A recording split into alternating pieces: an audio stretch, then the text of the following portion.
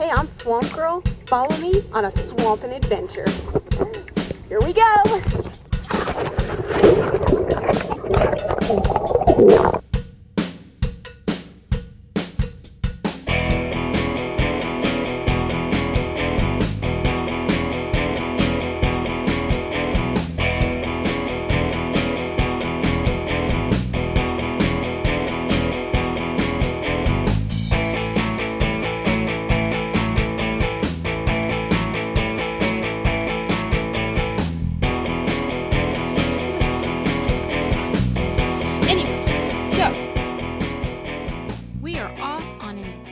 With sun and sand at Sebastian Inlet State Park, the premier fishing and surfing spot in Florida. Fishing and surfing are not the only things to do here. There's boating, camping, lots of beach going on this 1,000-acre park. There are also 2 museums on this property, the Fishing Museum and the Lartley Treasure Museum. So follow us on this not-so-swampy adventure. Sebastian Inlet State Park is where the Indian River Lagoon and the Atlantic Ocean come together. This is just fantastic. It's beautiful here.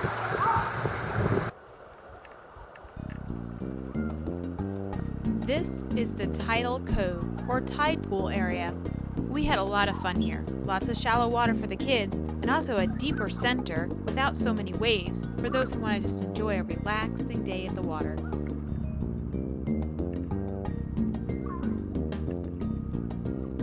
Here you see some hermit crabs. Hermit crabs carry a discarded shell, often a snail shell, on their back for protection. Josh's flexible bodies easily twist to fit into the interior of these snail shells.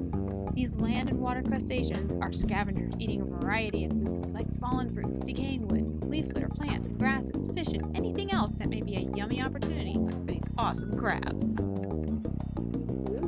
Check out this shade of blue. Blue crabs get their name from the blue-tinted claws. They are known for their sweet, tender meat and are the most heavily harvested creatures on the planet.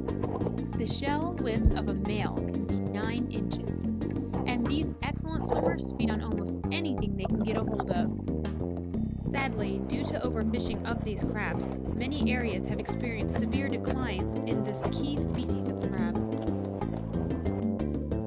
Back on land, we found ourselves some rabbits. Now there are 2 species of rabbit found in Florida, the marsh rabbit and the eastern cottontail, like the one you see here. The peak of activity for these rabbits are early morning or evening, and the evening was almost upon us here, and they were relaxing just before the bunny party was to begin.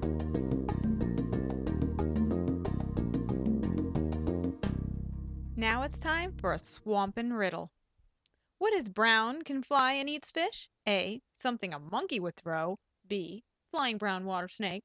Or C. A brown pelican. Well, if your answer was C, brown pelican, you were right.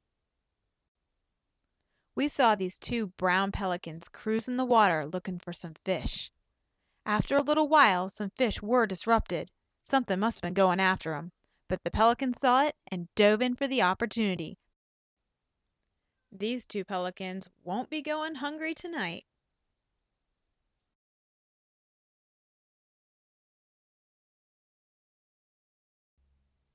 At first, we were a bit baffled to what was splashing around out there, until we saw the paddle-like tail of the manatee. They found a tasty bed of seagrass. Did you know manatees can live 60 years or more? They can also swim up to 20 miles per hour in short bursts. Otherwise, their normal speed would be about 3 to 5 miles per hour. Manatees are protected in the U.S., and it is illegal to harass, hunt, capture, or kill them. This little crab had himself a feast. This was a fish that had been shredded apart by something, but he didn't seem to mind. He was going to town. Waves and all pushing him around, he held on tight and kept on going. What a cutie. We're here at Sebastian Fishing Museum, and in here you can learn about Florida's commercial fishing history. So let's go check it out.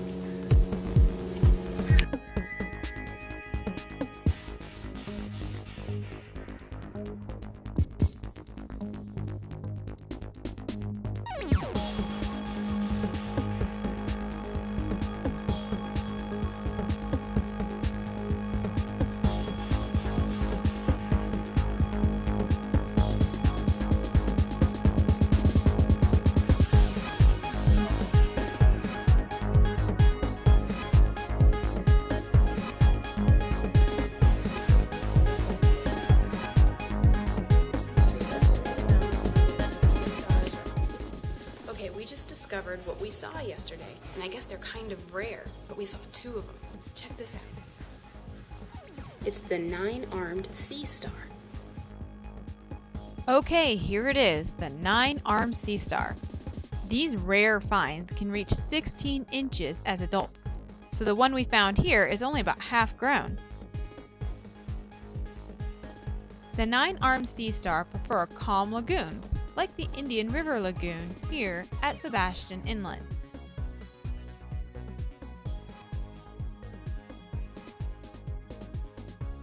It is really neat to see these guys in the museum, but it's even better to see them alive and well moving across the ocean floor. How fantastic! Now let's get back to the museum.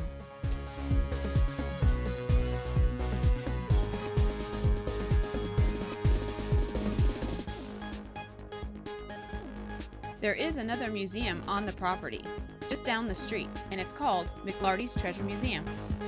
Back in 1715, a hurricane sank a Spanish ship filled with silver and gold off the shores of Sebastian Inlet and Fort Pierce. The wreck was rediscovered in 1928. More clues and artifacts were found in the 1940s. But after a huge hurricane in the mid-1950s, the face of the shore was changed, and it is now where the McLarty Museum is located.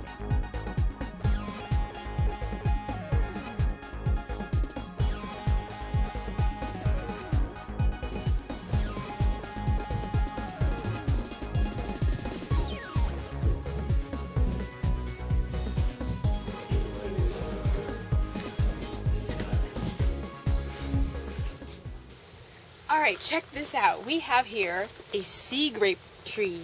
It's actually in the buckwheat family. So cool. And anyway, so to tell the difference between a male or a female, the females are the ones that have the grapes. And the grapes can be used to make wine and jelly, things like that. But they'd have to turn purple. Oh, see, there's one here. Nice purple color. How cool is that? What a great coastal plant. Still got my hair. Ouch. Here at Sebastian Inlet, we have seen several bird species, and the wood stork is one of those. Aren't these guys just amazing? They're so cool. Here's a wood stork fast fact. The wood stork is the only stork that presently breeds in North America. It's jelly. It's a jellyfish.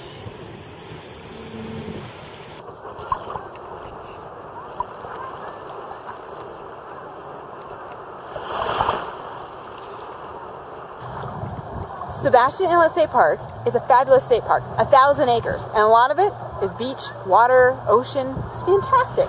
And the best thing is launching a boat the Swamp Girl way.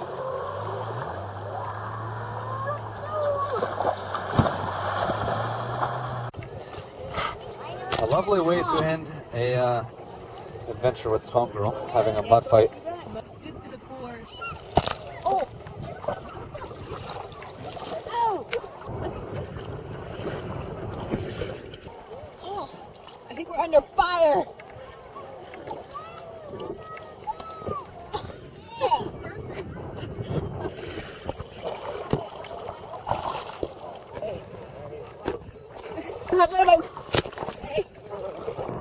The best way to end the trip to Sebastian Inlet State Park is just a little bit of swamp and mud.